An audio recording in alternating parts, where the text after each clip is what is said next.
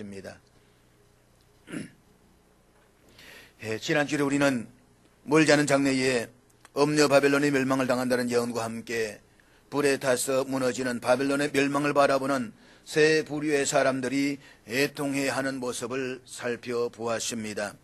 이들은 큰 엄녀로 상징되는 큰 성, 견고한성 바벨론만큼은 결코 무너지지 않을 것이라고 생각을 했습니다. 그렇지만 하나님의 진노의 심판으로 처참하게 무너집니다.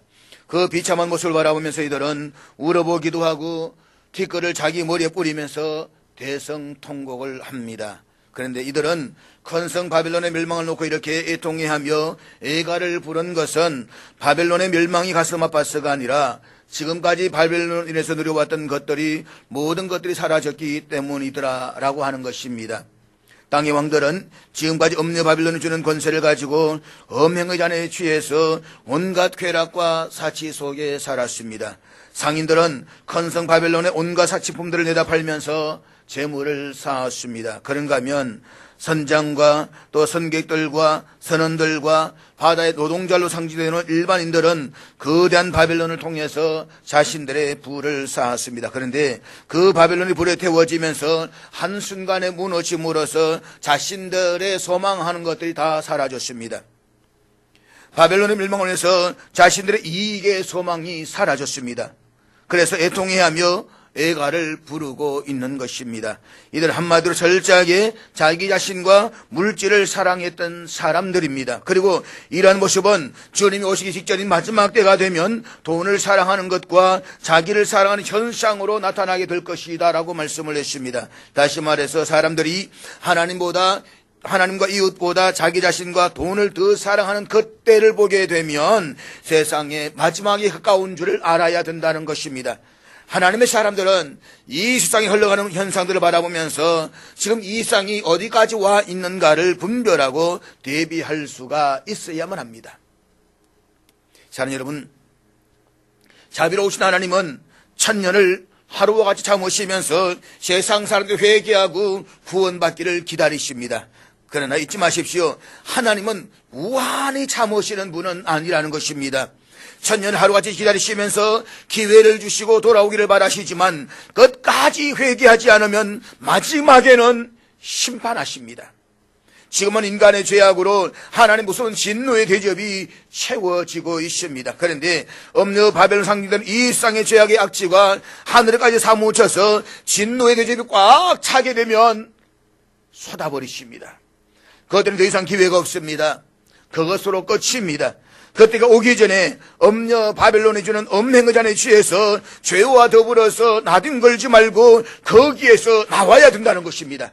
그것이 이 18장 지금까지 살펴왔던 오늘 본문의 내용의 말씀이었다라고 이야기할 수가 있습니다. 요한계시록 특징 가운데 하나가 점진적 반복 진행을 사용하고 있다라고 했습니다. 그래서 큰 성 바벨론의 멸망에 관한 예고는 18장에서뿐만 아니라 이미 앞에서도 계속해서 예언되어지고 있는 내용입니다. 이것이 뒷부분으로 가면서 점점 더 자세하고 구체적으로 보여주고 있습니다. 그리고 그 모습은 매우 처절했습니다. 차마 눈뜨고 볼 수 없을 정도였습니다. 그럼에도 불구하고 하나님의 백성들 가운데에서도 이 사실을 귀담아 듣지 않는 사람들이 있습니다. 주님께서도 이 땅에 계실 때에 계속해서 들을 귀 있는 자는 들으라고 말씀을 하셨습니다. 그럼에도 불구하고 듣지 못하는 사람들이 있습니다. 아니, 듣지 않으려는 사람들이 있었다는 것입니다. 사랑하는 여러분, 소돔과 고모라가 멸망당하던 그 당시를 한번 생각해 보시기를 바랍니다. 창세기 19장에 보면 하나님이 보내신 두 천사가 죄악으로 관영한 소돔과 고모라를 멸하기에 앞서가지고 거기에 살고 있던 롯의 가족들을 구출하는 장면이 나옵니다. 두 천사가 소돔을 멸하기에 앞서가지고 롯에게 그의 사위나 자녀나 성중에 그에게 속한 자들을 다 성 밖으로 이끌어내라고 말씀합니다. 그런데 12절에 보면 롯이 그의 딸들과 정혼한 사위들에게 소돔에 대한 하나님의 경고의 심판을 전했더니 그들은 이 롯의 말을 농담으로 여겼더라라고 했습니다. 농담으로 여겼더라. 여러분, 생명에 관한 이야기를 어떻게 농담할 수가 있는 것입니까? 결국 하나님의 말씀을 심판을 농담했던 이 두 사위는 장인의 경고를 비웃고 조롱하다가 소돔과 고모라가 요한과 별로 심판을 당할 때에 거기에서 함께 멸망하고 말았습니다. 사랑하는 여러분, 하나님의 말씀은 참으로 신실합니다. 하나님은 사람이 아니시기 때문에 결코 하신 말씀을 가지고 오락가락하지 않습니다. 하나님께서 하신 말씀은 변함없이 반드시 성취가 됩니다. 그렇기 때문에 우리는 하나님의 심판의 경고를 진실된 것으로 믿어야만 합니다. 무엇보다도 하나님께서는 요한계시를 통해서 장차 멀지 않은 때에 엄녀 바벨론 상징되는 이 세상을 심판하신다고 말씀을 하셨습니다. 하나님께서 하신다라고 하셨으니까 하십니다. 반드시 하십니다. 그럼에도 불구하고 하나님 믿는 성도들 가운데서도 하나님의 심판의 경고를 농담으로 여기는 사람들이 있습니다. 큰성 견고한 성 바벨론은 결코 무너지지 않을 것이라고 생각하는 사람들이 있습니다. 세상을 보아라고 우리가 지금 요한계시록을 공부하고 있지만 요한계시록은 그때 이야기지 우리 이야기가 아니지 않느냐고, 이 세상이 얼마나 지금 잘 나가느냐고, 얼마나 휘황찬란하냐고, 그 이야기는 그냥 종교 문헌일 뿐이고 성경 이야기일 뿐이지 그것이 오늘 우리와는 전혀 상관없다라고 아마 그렇게 생각하는 사람들이 우리 가운데 없지 않아 있을는지도 모르겠습니다. 그래서 하나님께서는 아주 상징적인 행동을 하나 보여주심으로써 바벨론의 운명이 최종적으로 결판났다는 사실을 우리에게 다시 재차 강조해서 말씀하고 있는 것입니다. 그것이 본문 21절의 말씀인데 우리 21절을 다 같이 읽도록 하겠습니다. 21절 같이 읽습니다. 시작. 여기 보면 힘센 천사가 등장합니다. 요한계시록에는 힘센 천사가 세 차례에 걸쳐가지고 등장을 합니다. 처음에 등장하는 것은 5장 2절 말씀인데 여기서 힘센 천사가 7인으로 봉해진 책을 들고 있습니다. 두 번째로 10장 1절 언급되고 있는데 여기에서는 펴놓인 작은 책을 들고 있는 모습으로 나타나고 있습니다. 5장에서 언급되고 있는 인봉된 책과 10장에서 언급되고 있는 열려진 책은 같은 책을 가리킨다라고 말씀을 드렸습니다. 그 다음에 오늘 본문에서의 힘센 천사가 세 번째로 출연하고 있는 것은 앞서 자신이 손에 들고 있던 7인으로 봉인된 책의 내용이 엄녀 바벨론의 멸망으로 확실히 성취되었음을 우리에게 보여주는 것이다라고 말씀을 할 수가 있는 것입니다. 본문에 보면 힘센 천사가 큰 맷돌 같은 돌을 들어서 바다에 던졌다라고 했습니다. 일반적으로 맷돌은 고대 가정생활에서의 필수품이었습니다.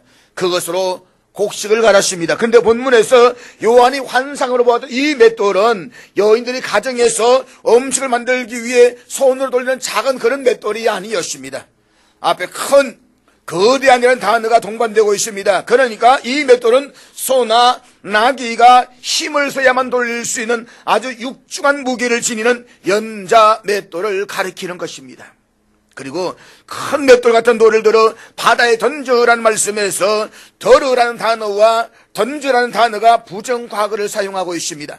이것은 힘센 천사가 연자 맷돌같이 무거운 돌을 들어서 바다에 던진 사실이 과거형을 사용함으로 인해 가지고 결코 철회할 수 없는 분명한 사건이라는 사실을 우리에게 보여주고 있는 것입니다.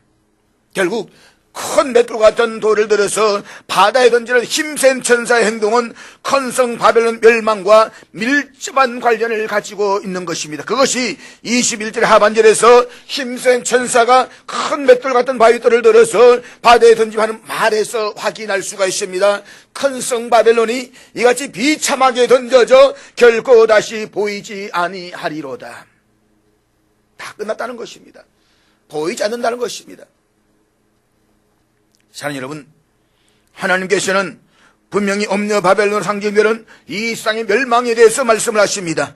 그럼에도 불구하고 이 세상 사람들, 심지어 하나님을 믿는다는 사람들조차도 하나님 이 말씀을 농담으로 받아들이는 사람들이 있다는 것입니다.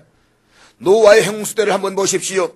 하나님께서는 홍수로 세상을 심판하시기 120년 전에 이미 예고를 하셨습니다. 그리고 120년 동안이나 기다려 주셨습니다. 그런데 노아로부터 하나님 심판의 경고를 듣던 사람들은 노아를 미친 노인으로 취급하면서 비웃고 멸시했습니다. 그러나 하나님의 심판은 1.1에게 오차도 없이 노아에게 예고하신 그대로 세상에 임했습니다. 그리고 노아를 조롱하며 비웃던 사람들은 한 사람 남기지 아니하고 모두가 다 멸망을 당했습니다. 잊지 마십시오. 하나님의 말씀은 폐기되지 않고 반드시 성취됩니다. 엄녀 바벨론 상징되는 이 세상을 향한 하나님의 최후의 심판도 반드시 있습니다. 이 사실을 큰 맷들을 통해서 바벨론의 멸망이 철저하고도 영원할 것임을 우리에게 보여주고 있는 것입니다. 오늘 본문에서 결코 다시 네버 어게인 이라는 단어를 후렴구를 6번이나 반복하고 있는 사실에서 우리는 이것을 알 수가 있는 것입니다. 고대 바벨론이 오늘의 황무지가 되었듯이 엄녀 바벨론 상징되는 이 세상도 역시 하나님의 엄정한 심판의 결과로 영원히 무너지게 될 것입니다. 멀지 않은 장래에 하나님 심판을 직접 눈으로 보고 온몸으로 경험함으로써 하나님 말씀이 진실하다는 것을 깨닫게 될 것입니다. 그러나 그때는 이미 늦었습니다. 그 이전에 회개하고 그 죄악의 자리에서 나와야만 합니다. 노아의 대홍수로 세상의 심판이 임했듯이 범죄하고 타락한 이 땅을 향한 하나님의 최후의 심판은 반드시 있습니다. 확실하게 있습니다. 그때 하나님을 대적하고 믿지 않았던 모든 불의한 자들은 한순간에 멸망을 당해서 영원한 지옥에서 세세토록 고난의 연기를 올리면서 괴로워하게 될 것입니다. 그렇기 때문에 믿음의 성도들인 우리는 불신자의 죄에 참여해서는 안 됩니다. 하나님의 마지막 심판이 드디어 온다라고 해서 그것을 범죄의 기회로 삼아서 세상에서 죄악의 자리에 뒹굴어서는 안 됩니다. 우리는 언제나 깨어 건신함으로써 하나님의 최후의 심판을 준비해야만 할 것입니다. 사랑하는 여러분, 멸망할 때는 다 이유가 있습니다. 이유 없이 나라나 가정이나 개인이 망하는 법은 없습니다. 망할 때는 반드시 이유가 있습니다. 바벨론의 멸망도 마찬가지입니다. 이 세상이 멸망을 당하는 것도 마찬가지인 것입니다. 18장 전체를 살펴보게 되면 철옹성과 같은 엄녀 바벨론이 멸망하게 되는 원인들을 말씀하고 있습니다. 그 가운데 주목해야 되는 것은 엄행과 사치와 치부 그리고 불의한 행동들입니다. 그런데 이것들이 바벨론이 저지른 죄목들인 것은 맞지만 이것들이 바벨론이 멸망하게 되는 주된 이유는 아니라는 것입니다. 물론 이런 행위들은 하나님께서 미워하시는 죄악인 것은 분명합니다. 그러나 오늘 본문에 보면 큰성, 견관성이 하나님 진노의 심판을 멸망당하게 되는 궁극적인 세 가지 원인을 우리에게 말씀하고 있습니다. 그렇다면 바벨론이 멸망하게 되는 이 원인이 무엇입니까? 첫째 원인은 교만하였기 때문이라는 것입니다. 자, 본문 23절 말씀 우리 한번 같이 읽도록 하겠습니다. 23절 다 같이 읽습니다. 시작. 여기에 보면 상인들이 나옵니다. 이 상인들은 엄녀 바벨론의 교만과 사치에 기대어 가지고 막대한 경제적 이익을 얻었던 사람들입니다. 이들이 땅의 왕족들이 되었다는 것입니다. 왕족들은 직접적으로 왕족만을 가리키는 것은 아닙니다. 큰 사람, 위대한 사람, 또 아니면 높은 사람을 뜻하는 것입니다. 그래서 공동번역에서는 이것을 내 상인들이 땅의 권력자가 되었고 라고 번역하고 있습니다. 쉽게 말하면 돈을 가진 사람들이 돈을 벌어가지고 세상에서 엄청난 권력자들이 되었다는 것입니다. 이것은 그 자체로 굉장한 교만과 오만함을 나타내고 있는 함축적 단어라고 볼 수가 있는 것입니다. 한마디로 말해서 엄녀 바벨론이 멸망할 수밖에 없는 이유는 그들의 교만함에 기인하고 있다는 것입니다. 그런데 엄녀 바벨론의 교만은 앞서 이미 7절에서도 지적하고 있습니다. 본문 7절 한번 올라가서 7절 우리 한번 같이 보도록 하겠습니다. 7절 다 같이 읽겠습니다. 시작. 여기 보면 큰 엄녀로 상징되는 바벨론이 교만에 빠져가지고 이렇게 말합니다. 나는 모두를 지배하는 여왕이다. 나는 모두를 지배하는 여왕이기 때문에 결단코 남편을 잃지 않고 과부가 되지 않는다. 절대로 눈물 흘릴 일이 없다. 그러니까 절대로 나는 망하지 않는다. 이것은 교만의 극치를 나타내고 있는 것입니다. 그렇다면 교만이란 무엇입니까? 교만이란 내가 남에게 나를 자랑하는 것 그 이상의 의미를 가지고 있습니다. 그것은 상대를 향한 태도이기 이전에 하나님을 향한 태도입니다. 교만은 한마디로 말해서 하나님 없이 살겠다는 자기 선언입니다. 하나님 없어도 돼요. 나 혼자 살아요. 하나님 꼭 있으면 좋겠지만 없어도 나는 얼마든지 잘 살 수가 있습니다. 자기를 신뢰하고 자기 만족사하는 것이 바로 교만이라는 것입니다. 이것이 인생의 교만입니다. 그리고 이 교만함이 하나님께서 가장 싫어하시는 죄악인 것입니다. 사랑하는 여러분, 한 문명이 멸망할 때에는 그 원인은 항상 교만이었습니다. 한 개인이 망할 때도 그 원인은 교만입니다. 대재벌이라고 할지라도 교만하면 그냥 다 쓰러집니다. 그런데 엄녀 바벨론에 나타난 교만이 어떤 모습이 있는가를 다시 한번 보시길 바랍니다. 우리 18장 3절 올라가서 18장 3절 다 같이 읽겠습니다. 시작. 여기에 보면 엄행이라는 단어가 몇 번 나옵니다. 그런데 여기에서의 엄행은 간통을 말하는 것이 아니고 하나님과 관계에서 하나님 외에 다른 것으로 우상을 섬기는 것을 말하는 것입니다. 그러니까 하나님을 버렸다는 것입니다. 하나님의 백성들이 하나님을 버린 것도 엄행이라는 표현을 설명하고 있지만 세상 나라의 왕들이나 권력자들이 하나님을 버린 것도 엄행이라고 했습니다. 왜냐하면 하나님께서 인간을 창조하셨기 때문입니다.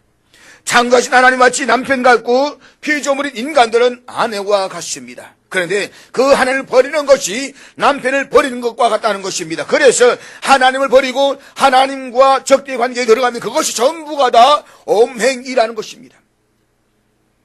사랑하는 여러분, 하나님을 대적하는 사람치고 살아남은 사람은 없습니다. 하나님을 대적하는 가정과 하나님을 대적하는 나라와 하나님을 대적하는 문명은 사라지고 맙니다. 하나님과 원수가 되면 그것으로 끝나는 것입니다. 더는 없습니다.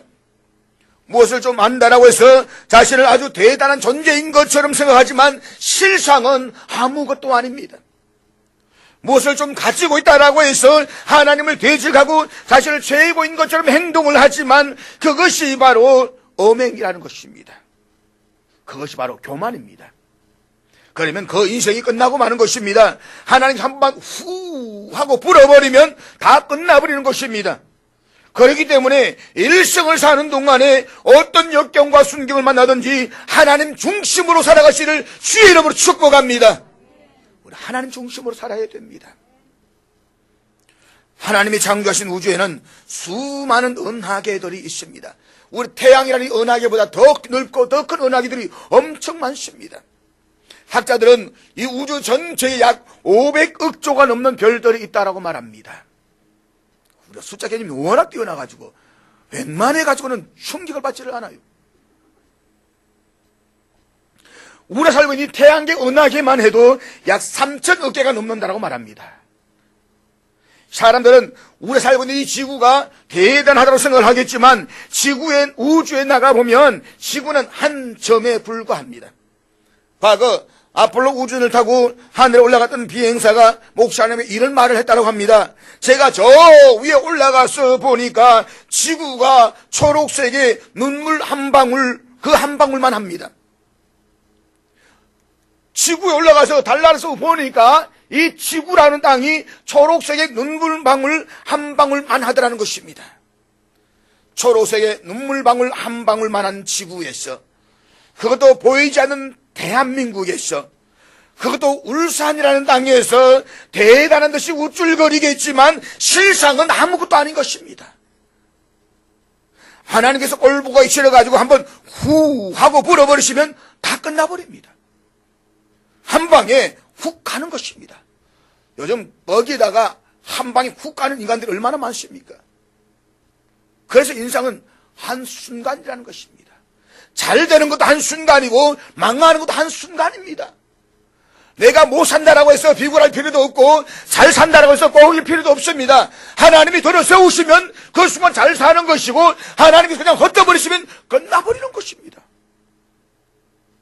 우리 인간이 만물의 영장이라 하면서 대단한 것처럼 이야기를 하지만 실상은 얼마나 약한 존재들입니까? 미세한 바이러스에 감염되어서도 죽는 존재입니다. 요즘 미세먼지 말하지만 그기 때문에 얼마나 신경을 씁니까? 마스크에다가 또 그게 또 마스크에다가 특수 마스크에다가 그래도 안 돼가 또 약을 먹고 별거 다 하잖아요. 그런다라고 뭐 잘 살 수 있습니까? 한 방에 훅 가는 걸요. 하루에도 무슨 일들이 일어날지 모릅니다. 우리는 그야말로 아무것도 아닌 존재들인 것입니다. 잠깐 보이다가 없어지는 안개처럼 사라지는 존재인 것입니다. 그런데 이 땅에서 좀 뭐 했다라고 해서, 좀 있다라고 해서 고개를 쳐들고 교만해야 할 이유가 하나도 없는 것입니다. 일순간에 끝나버릴 수 있는 존재들이기 때문에 결코 교만해서는 안 됩니다. 하나님은 교만한 자를 물리치시고 겸손한 자에게 은혜를 주십니다. 그렇기 때문에 일생도록 주님이 부르시는 그 순간까지 겸손하게 하나님께만 영광을 돌리는 삶을 살아가시기를 바랍니다. 제발 고개를 쳐들고 뻣뻣하게 살지 말고 바짝 낮추어서 기는 삶을 사시기를 바랍니다. 그래야 하나님이 기뻐하시고 복을 주십니다. 바벨론이 멸망당한 둘째 원인은 복술로 만국을 미혹했기 때문입니다. 본문 23절 후반부로 보면 이렇게 말씀합니다. 내 복술로 말미암아 만국이 미혹되었도다. 여기서 복술은 단순히 점을 치는 행위가 아니라 인위적으로 사람을 속이는 각종 속임수나 사탄의 힘을 빌어서 사람을 미혹하게 하는 모든 형태의 술수를 다 이야기하는 것입니다. 그러니까 사기를 복술로 표현하고 있는 것입니다. 이것이 바벨론이 멸망당한 두 번째 이유인 것입니다. 복술은 하나님의 권능을 모방해서 사람들을 혹하게 만듭니다. 그래서 결국에는 하나님의 영광을 가리고 하나님의 섭리를 회방하는 것입니다. 성경은 이런 행위들에 대해서 결코 가볍게 말하지 않습니다. 복수를 행하는 자나 그를 추정하는 자를 향해서 아주 엄중하게 매우 경고를 하고 있는 것입니다. 먼저 우리는 복수를 행하는 자에게 향한 경고를 들어보겠습니다. 레위기 20장 27절 말씀 앞에 같이 있습니다. 같이 읽겠습니다. 시작. 자, 그런가 하면 이런 자들을 추종하고 따른 사람들을 향한 경고가 있습니다. 레위기 20장 6절 말씀, 우리 레위기 20장 6절, 자, 우리 같이 읽겠습니다. 시작. 접신한 자와 박수무당을 엄란하게 따르는 자에게는 내가 진노하여 그를 그 백성 중에서 끊으리니. 그렇기 때문에 엄녀 바빌론이 복술로 모든 민족을 미혹했다는 것만으로도 멸망하기에 충분한 것입니다. 사도 요한 당시에 엄녀 바빌론이 복술과 사설을 통해서 모든 민족, 모든 사람들을 미혹했다고 한다면 오늘날에는 뉴에이지 문화가 전 세계에 만연하고 있습니다. 뉴에이지라는 말은 새로운 시대라는 뜻입니다. 그런데 이들이 말하는 새로운 시대는 동양의 사상이 서양으로 가서 서양 사상과 뒤섞였다는 것입니다. 서양 사상은 기독교 사상이 중심입니다. 그런데 이제는 기독교 사상만으로는 안 된다는 것입니다. 그래서 나타나는 것이 뉴에이지 사상입니다.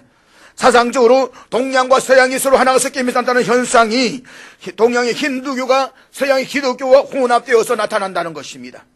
그래서 우리가 영성이라고 말하지만 실상 서양에서 발달된 영성신학이라는 것은 동양의 힌두교와 불교가 넘어가서 이게 혼합되어서 우리 다시 역수출되어서 나타나는 것입니다. 그래 영성신학이라고 말하면 여기는 이미 동양의 신비주의가 들어있다는 것을 이미 우리가 생각해야 되는 것입니다. 요즘 시대가 너무 각박하고 영지세도 너무 메말라가기 때문에 사람이 영성주의, 영성신학을 하면 굉장히 혹하지만 제대로 파악해야 됩니다. 성경적으로 제대로 알아야 되는 것입니다.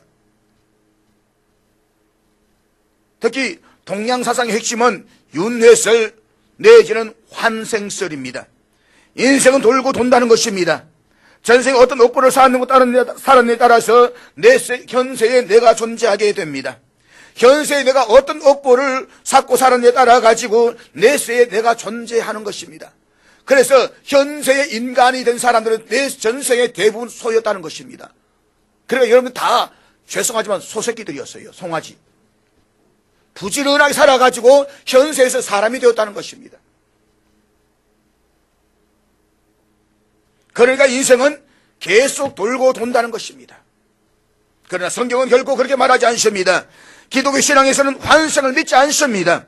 성경은 모든 인생은 하나님께로부터 와서 하나님께로 간다라고 가르치고 있습니다. 이 땅에서 죽은 사람은 결코 다시 돌아오지 않습니다. 그런가 하면 동양사상은 인간도 신이 될 수 있다라고 가르칩니다. 그래서 사람의 머릿속에 당신도 신이 될 수 있다는 사상을 주입하고 있는 것입니다. 당신 속에 신의 불꽃이 있다는 것입니다. 그러나 피조물인 인간은 결코 신이 될 수가 없습니다. 유한한 존재가 무한한 신적 존재가 될 수가 없습니다. 인간은 영원 불멸하는 존재가 아니라 수완이 차면 죽습니다. 그리고 죽음 이후에는 지음하신 하나님 앞에 서서 심판을 받아야만 합니다. 그런데 동양의 사상은 인간이 신이 될 수가 있다는 것입니다. 이 모든 것이 다 사탄의 장난입니다. 결국 뉴에이지 사상이 무엇입니까? 동양과 서양의 종교 통합인 것입니다.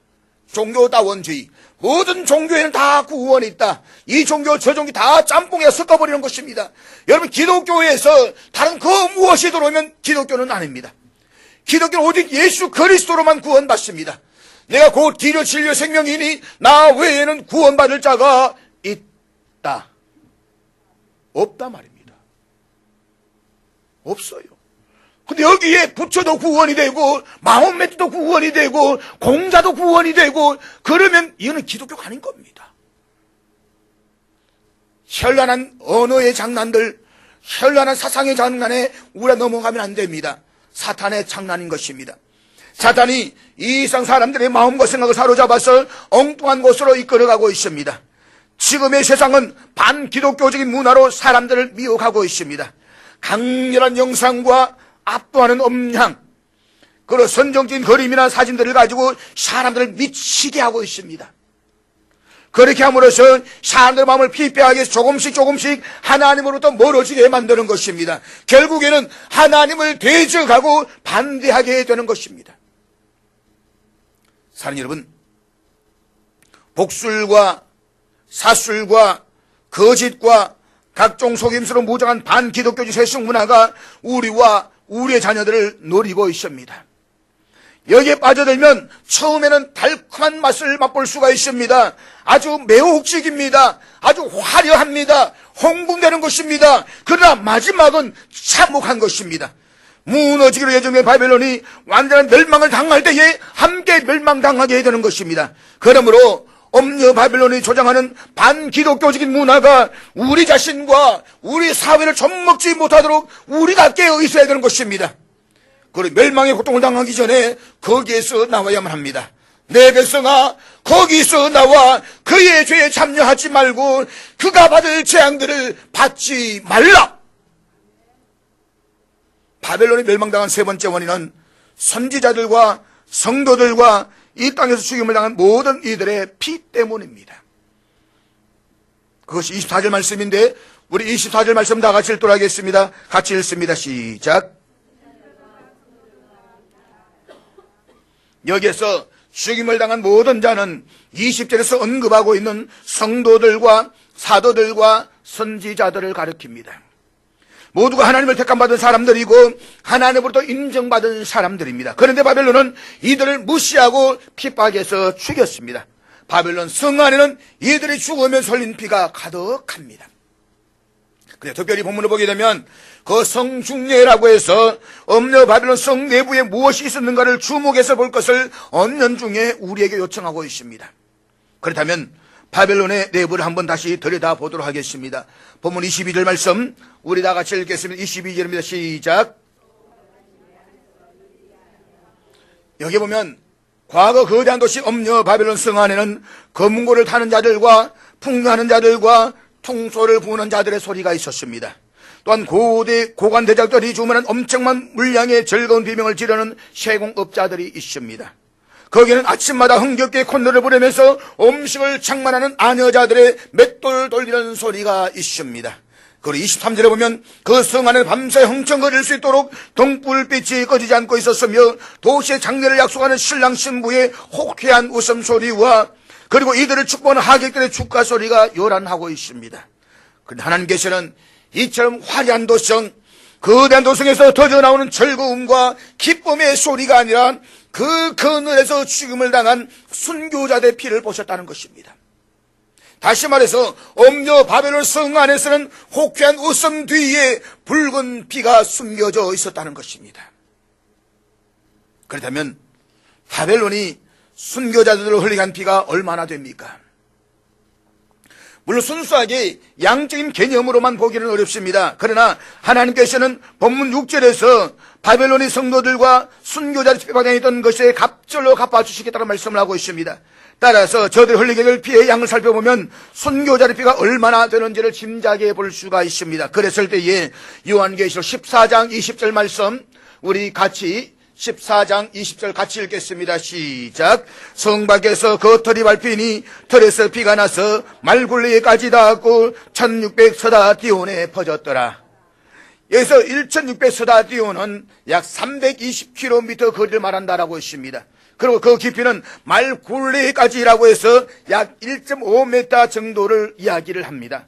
그러니까 1.5m 정도의 깊이에다가 320km 되는 그 거리에 순교자의 피가 흐르고 있다는 것입니다. 바벨론에서 흘린 순교자의 피가 감히 상상할 수 없는 양이라는 것을 우리가 볼 수가 있는 것입니다. 실제로 바벨론과 로마 제국은 하나님의 백성들을 엄청나게 박해하고 죽였습니다. 저들은 원정 경기장에 모여서 성도들을 한가운데 모아놓고 불에 태워 죽이거나 사자들에게 찢겨 죽게 만들었습니다. 그들은 그것을 보고 즐겼습니다. 그런데 하나님께서는 성도들의 고통과 피 흘림을 긁고 외면하지 않으시고 보고 계시는 것입니다. 그리고 성도들과 순교자를 핍박했던 것에 갑절로 갚아주시겠다고 말씀하시는 것입니다. 성도들의 신운하는 소리를 외면하지 않으신다는 것입니다. 결국 오늘의 본문이 강조하고 있는 바벨론의 죄의 뿌리는 다름 아닌 교만입니다. 이 교만함이 바로 창세기 3장에서 인간 죄의 뿌리요 바벨탑의 원인입니다. 사람이 교만하면 하나님과의 관계가 파괴되고 자기와의 관계도 파괴됩니다. 사람이 교만하면 사람들과의 관계도 파괴됩니다. 그러므로 겸손한 자에게 하나님께서 은혜를 주시기 때문에 일생도록 겸손하게 사시기를 바랍니다. 가진 것이 많을수록 머리를 숙이고 하나님과 사람들 앞에서 섬기는 종의 자세로 사시기를 바랍니다. 어려운 성도들, 아픈 성도들, 고난을 당하는 성도들을 붙들고 눈물을 흘릴 수 있을 정도로 낮은 마음을 가지고 사시기를 바랍니다. 부족한 것이 보이면 남의 손길을 하게 할 필요가 없습니다. 내 손으로 갖다 채우면 되는 것입니다. 그것이 하나님 앞에서 복받는 자의 삶인 것을 믿으시기를 바랍니다. 제발 겸손하게 사십시오.